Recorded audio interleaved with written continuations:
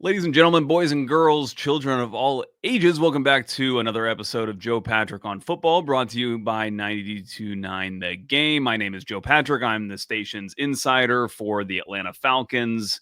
And boy, I meant to record this podcast about an hour ago, but I got caught up because just as soon as I sat down to record, we had some news, not regarding the Falcons, but in the NFL. And we're going to talk about it because it's Joe Patrick on Football. It's not just Joe Patrick on the Falcons. So obviously major breaking news. You have all heard about it by now. By the time you're listening to this, Micah Parsons has been traded from the Dallas Cowboys to the Green Bay Packers in a deal that Ricky Scoops was first to report. Let's put it out there. Let's give him credit. And funny that he's riding off into the sunset for the year, at least on that one. So let's go through the trade, just kind of detail out exactly what happened. The Packers acquire, of course, Micah Parsons, and they have agreed already to a deal that will pay him $47 million per year. It's 4 years, $188 million. That includes $136 million guaranteed and $120 million full at signing. So that'll be a nice payday for Parsons, and that gives Green Bay some crazy talent on the edge with Micah Parsons and Rashawn Gary as the number 2 there. So absolutely insane. The Cowboys, shockingly, kind of disrupting their entire franchise and the trajectory of everything right now. They do get back 2 first-round picks, 2026 and 2027 first-round picks, as well as defensive lineman Kenny Clark. So you would say it's like a decent return or it's somewhat of a return, but honestly, I'm going to kind of make the argument that this is actually ultimately going to prove not to be a great trade for either one of these teams, but certainly for the time being, it's really, really exciting for the Packers, and for the Cowboys, it's obviously a huge downer. It again, to kind of go back, like it changes, I think, what this team fundamentally is, obviously on that defensive side of the football.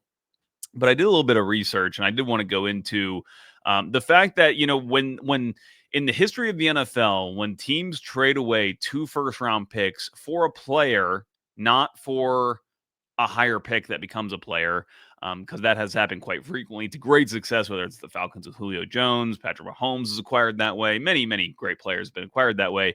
But when you're talking about an existing veteran player and you're trading away 2 first-round picks for them, the track record is really not good at all. To go back just kind of count backwards from where we are now, the last time this happened was in 2022. You may remember the Cleveland Browns trading 3 first-round picks away for Deshaun Watson. That has not gone well for them. I don't think we need to detail that out too much. That same year, the Denver Broncos, I have forgotten about some of these. The Denver Broncos traded away 2 first-round picks for quarterback Russell Wilson. Massive failure there. The only team, well, there's 2 teams that have really been successful, the Rams and the Tampa Bay Buccaneers. Well, we're going to go through them because I want to kind of list out exactly what happened in a lot of these trades so we can get a better understanding potentially of what could happen here. The Rams actually did this in consecutive years, and they basically did not have a first-round pick for 4 years. And it was funny, like they traded away, obviously, this year's first-round pick to the Falcons, when the Falcons drafted James Pierce Jr. with. So really, since 2019, Jared Verse in 2024 was the only first-round pick the Rams have made, but it was because they traded away 2 first-rounders for Matthew Stafford in 2021. Then in 2019, they traded away 2 first-rounders for Jalen Ramsey, and I think you have to consider both of these trades a success, considering those were 2 core pieces for a Super Bowl winning team, and that's ultimately what this is all about, is winning Super Bowls. So those were successful trades by the Rams, and they've certainly have stocked up well. They've hit on a number of mid-round picks that have become solid starters for them, and they've showed that this can be done. So obviously, while I'm like more skeptical on this for the Packers side of it, as exciting as it is for them today, certainly it's not necessarily like a deal breaker. Obviously, it could turn out really well for them, as you would expect when you're acquiring a great player. In 2020, the Seattle Seahawks traded for Jamal Adams and traded away 2 first-round picks. Jamal Adams was injured, and the Seahawks went 37-30 over the next 4 years. In 2019, the Houston Texans traded for Laramie Tunsil for 2 first-round picks. Tunsil was great. He was an All-Pro, but the Texans only went the Texans went 19-29. Well, 19-29-1 technically over the next 3 years and one playoff appearance. So some decent performance there, but like not a. I don't think you'd say it's like a major success. The Chicago Bears in 2018 traded for Khalil Mack. He won Defensive Player of the Year. But the Bears went 34-31 over the next 4 years. They had one playoff appearance and didn't win a playoff game. So I would consider that mixed, but probably not the level of success you were hoping for if you're a Bears fan, especially. So like a lot of those obviously have come since 2018 in the somewhat recent past. Before the Bears traded for Khalil Mack, the last time it had happened was way back in 2011. So there was a 7-year break in between this happening, where the Raiders traded for Carson Palmer, a trade I have completely forgotten about. They traded away 2 firsts, and Palmer went 8-16 over the next 2 years with the Raiders, who went 12-20 overall. So massive failure there. The Bears were also involved in another one of these 2 years prior to the Palmer deal, which was when they traded for Jay Cutler. They traded 2 first-round picks to the Broncos. Cutler went 51-51 over 8 years. This is like a longer time horizon with a quarterback, a pretty young quarterback at the time. They did make one appearance in the NFC Championship game, and very nearly went to the Super Bowl that year. So, mixed results there, I think you could say. In 2002, so again, a 7-year gap between the Bears and when the Dolphins traded for Ricky Williams, where Ricky Williams led the NFL in rushing. But the Dolphins, they went 19-13 over 2 years, but didn't have a playoff win. So again, I think some mixed results there. Then in 2000, the Tampa Bay Buccaneers traded 2 first-round picks in the same draft, which I think should be pointed out, for Keyshawn Johnson. Keyshawn Johnson later went on to win a Super Bowl with the Bucs, and then that Bucs team was dynasty basically for a while in the early 2000s. Then there's like a slew of misses, and it makes sense that teams trading away first-round picks at this kind of era of drafting would be failures in this sense. Cowboys traded for Joey Galloway. The Falcons traded for Jeff George, gave up 2 first-round picks. The Vikings traded for Herschel Walker in a very famous failure of a trade. Indianapolis Colts for a guy named Fred Young, who I don't even know who that is. The Colts for Eric Dickerson. So there we go, on and on. But anyway, so not the greatest track record, but maybe you can say in more recent, I don't know, even in more recent years, there's still been hits and misses. But there's, I guess, been more hits with the Rams, at least with what they did and the way they put together that team. Ultimately, like for the Packers, I think it still comes down to Jordan Love. Whether he's a good quarterback or not is going to kind of be determinative. And I think that question, by the way, for me at least, is still up in the air. We just don't know yet exactly, I think, how good he is. He's certainly very talented, but I don't know if I would say that talent has truly translated into like, obviously not elite quarterback play, but even like great quarterback play, I don't know yet. But I haven't done a deep dive on him either. So anyway, a very exciting trade, one we don't really see all too often in the NFL, especially this time of year. Like to have a major blockbuster trade, like literally we are 1 week away today, almost to the hour when I'm recording this, from when the NFL season kicks off. So kind of bizarre in that way. The Falcons did have practice today, and they had media up there for the only time they'll be up there this week. I usually participate in these things, but I was unable to go today because I was filling in at the radio station 99 Game. I was co-hosting with Steak Shapiro this morning, so I was not able to be there. But we did get some news from Raheem Morris, some very pertinent news for the season. First of all, I guess to start off with some good news. First of all, the team was able to sign Jordan Fuller back to the team after they created space for him on the roster, which is good. We'll talk about how they made space for that in a second. Billy Bowman Jr. was named the starting nickel by Raheem Morris today, and Xavier Watts was named the starting safety alongside Jesse Bates. And that's the official name of the position, by the way. It's the safety alongside Jesse Bates. It's not the free safety. It's not the strong safety. It's the safety alongside Jesse Bates. That's how I come. I'm half joking. I mean, that is really how safety play is now. I know, like when you play Madden or whatever, it's like there's free safeties and there's strong safeties. But I think in the modern game, there isn't really much of a difference between the two. You kind of need both safeties to be pretty versatile, because teams are disguising so much with the 2 high safeties, and then they rotate into different various cover 3s and cover 1s or cover 2s or cover 4 matches, whatever it is. So you just need your safeties to be pretty versatile. So Xavier Watts is going to be that guy, which I think is a little bit surprising to me. I thought that Jordan Fuller was, it was very marginal. They were very much splitting snaps. And I guess when I think about it more, Xavier did start to maybe pick up more snaps, more starting snaps, especially toward the very end of training camp. But it seemed like a very close race to me. Obviously, with what Raheem Morris said about Jordan Fuller and being able to add him back to the team, obviously he was very excited about that. Called it a pool party in his head. I think he was thinking about like you just like getting all his favorite people together again. Just kind of a funny turn of phrase by Raheem Morris. I'm maybe even more intrigued slash excited by Billy Bowman being named the starting nickel for the team. It's no slight against any of these other guys.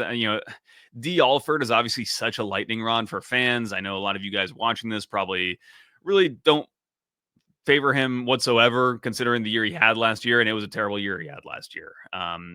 I know that if you were to ask him, he would say that he was kind of put in some disadvantageous positions, and he was a better player than basically what the numbers last year proved. But what happened last year was he was extremely picked on. He was put in those positions where he was unable to win some of these one-on-ones that he was in, and ultimately the team goes to a younger player, which we maybe could have.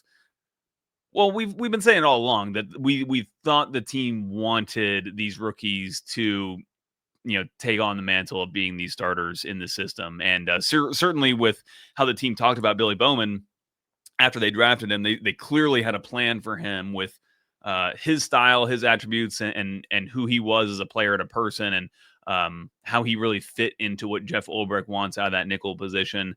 Obviously, not a big guy in terms of just like the height and the length, but he is compact. He's strong. I think that's one of the reasons why, in addition to his short area quickness, I think they feel very comfortable with him in run support and the run fits that he'll need as a nickel when he's playing in the box like that, which he had plenty of box snaps throughout his career in Oklahoma. I think either close to or just over 600 snaps from inside the box at Oklahoma, where he was kind of a do everything guy.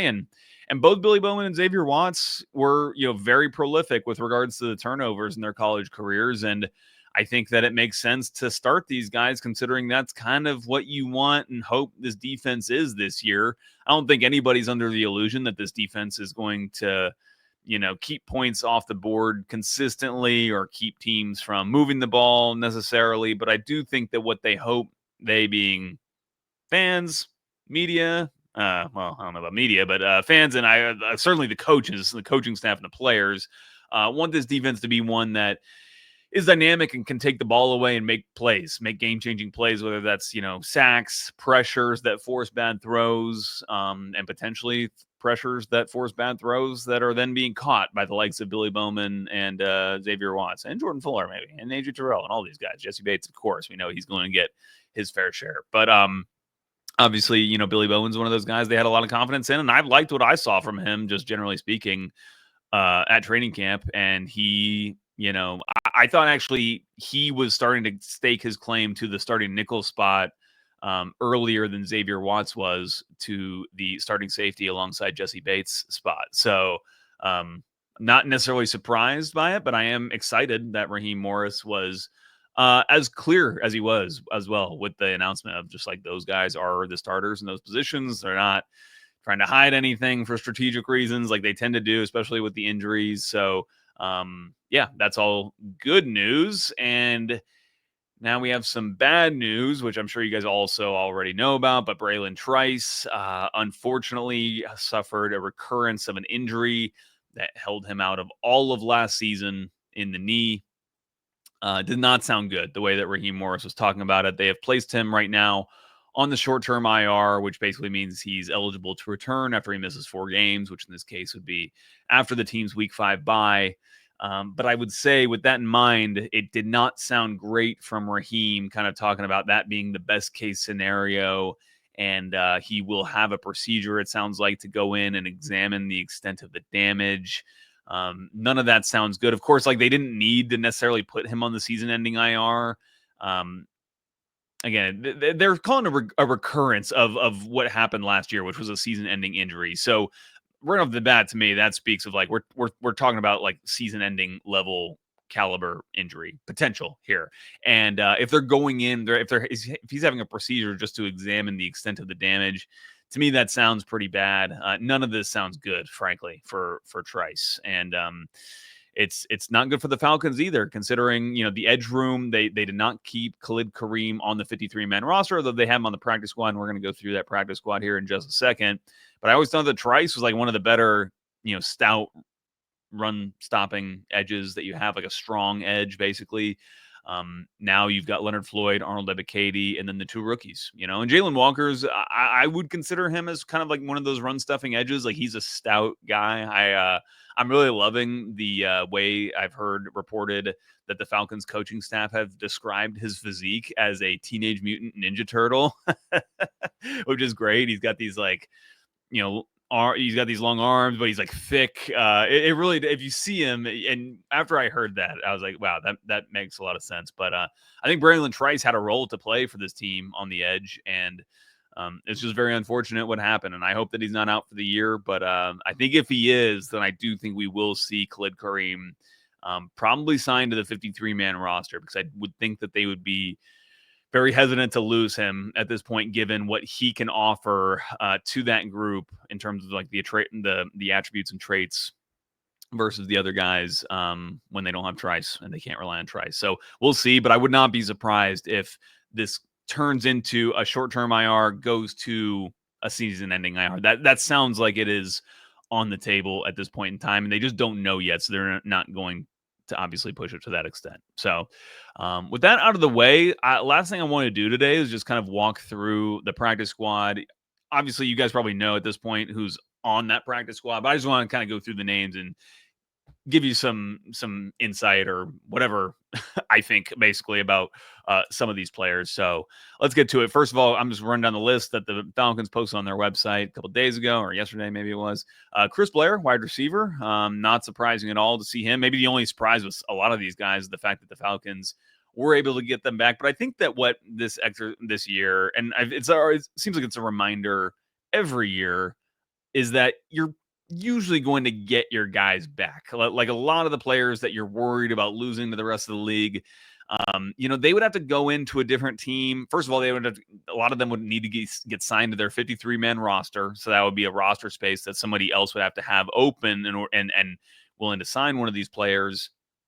And then they also would have to be, downloading into their heads the new schemes and et cetera, and how effective does that allow a player to be for that team, especially in the early portions of the season, if they're not even like fully, understanding what is being asked of them in given situations on the field. So all that to say is that we probably should think about this less as being like a 53-man deal, and we don't. Like I feel like we've been pretty good, and most of the media you hear from is like always says, the practice squad is so important, et cetera. But really, like, you're really not looking at 53-man. It's one of those things that happens in media where it's just like it becomes a horse race when you're just going to have to make cuts to get it down to a certain number. You like to try to be able to figure out who those are, but ultimately a lot of these guys are going to participate for the team this season. And potentially even in the first game, just like Chris Blair did last year, where he was cut exactly, at cut day. And he and Kevin King were both cut and then played in the first game for the Falcons against the Steelers. Maybe I'd be less surprised that Chris Blair would play in the first game, considering Darnell Mooney came back. I was kind of buried the lead on that one. Great to see Darnell Mooney back on the field, reportedly. I wasn't there to see him personally, but we saw the videos of him on social media today. That's great. We won't get a full report as to like how much he was able to participate. We'll get that next week when the team has to start putting out injury reports, and we'll be able to see, was he limited? Was he a full participant?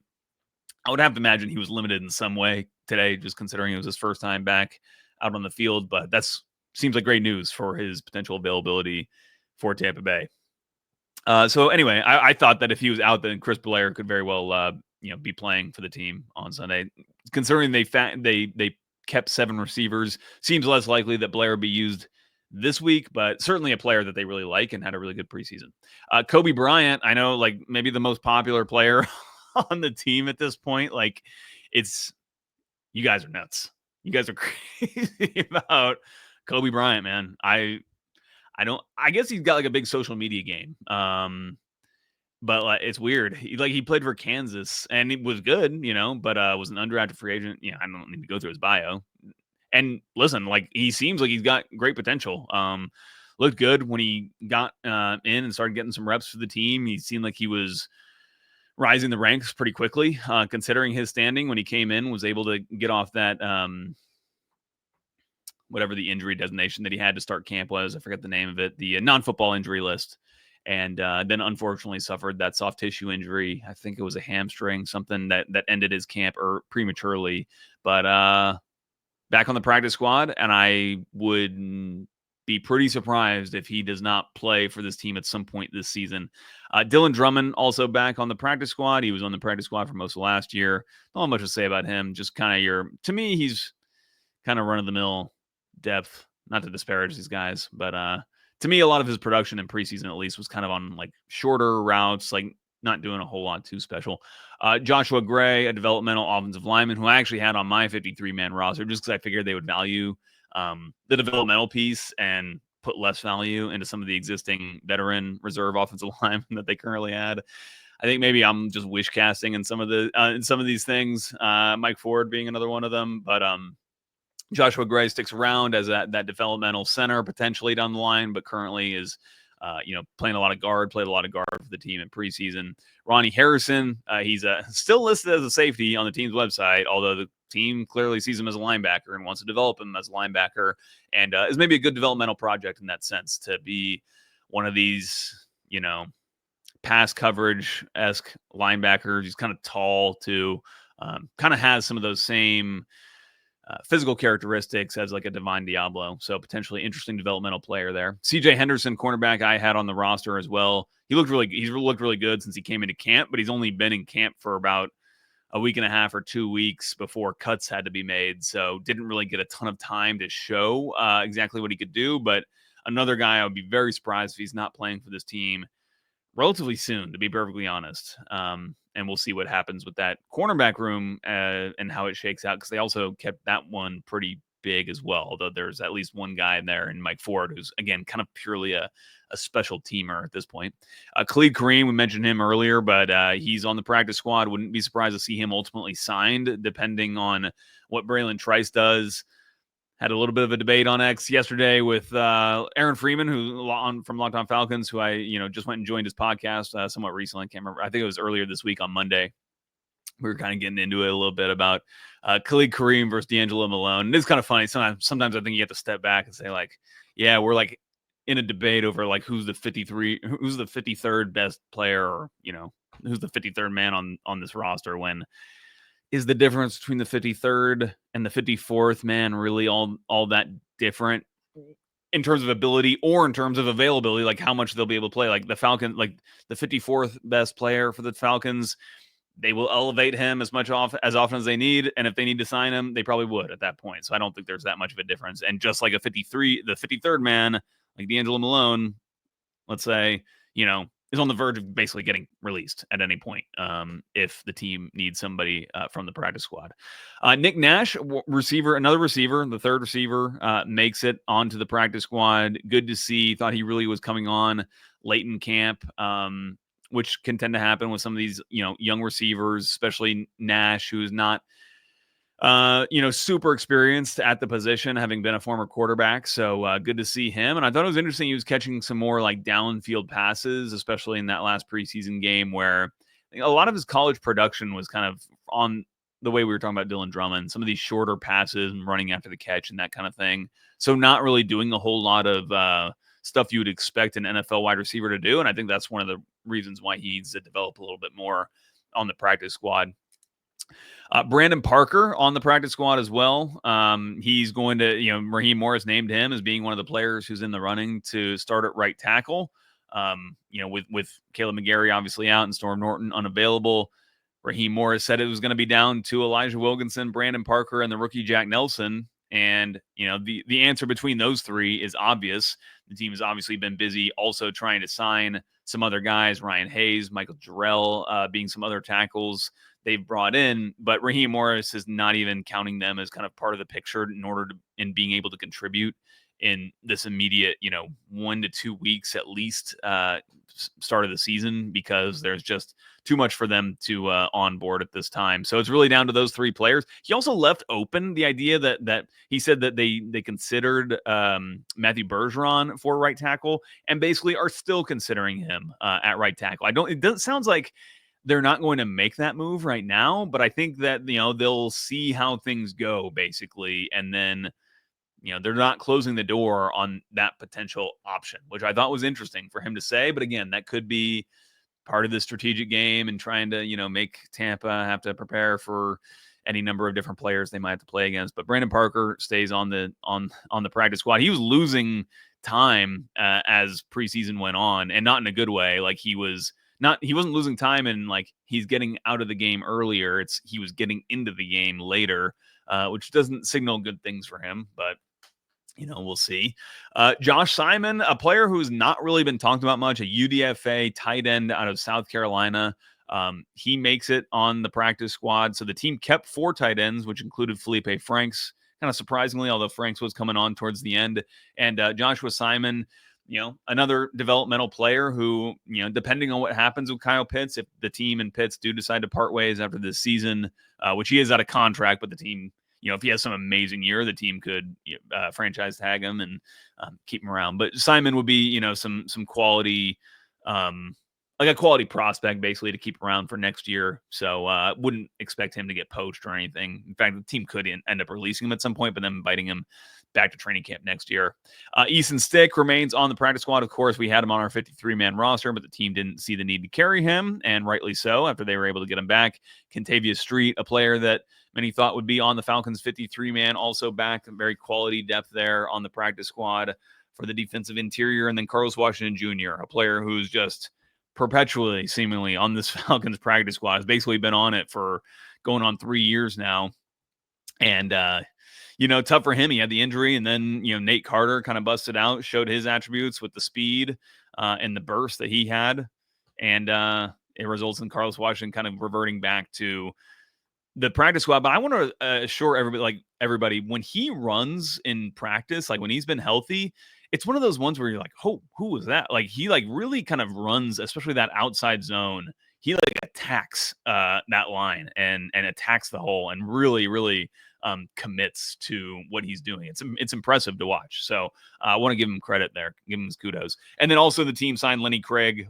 They were able to get him back. It's kind of late on. Maybe some people were aware of this. I was not aware of this, that he was going to have to be exposed to waivers, but never was a huge concern for me. It was more like surprising and intriguing. Frankly, it makes sense to me that you would need to expose these types of players to waivers. That way you can't just like sign an international, basically someone just like Lenny Craig, some Australian punter or, a soccer player from Europe or whatever, and just stash them and be able to keep them for years and years without anybody, being able to grab him, or like without him being able to go and play football, basically. So makes sense that Lenny Craig did have to be exposed to waivers, and good for the Falcons. They were able to get him back. That basically leaves them with some nice, basically backup for Koo in case there is another injury for Koo, Lord forbid there's, just like a straight up downturn for him that isn't caused by an injury, but you have some backup there at the kicking position. So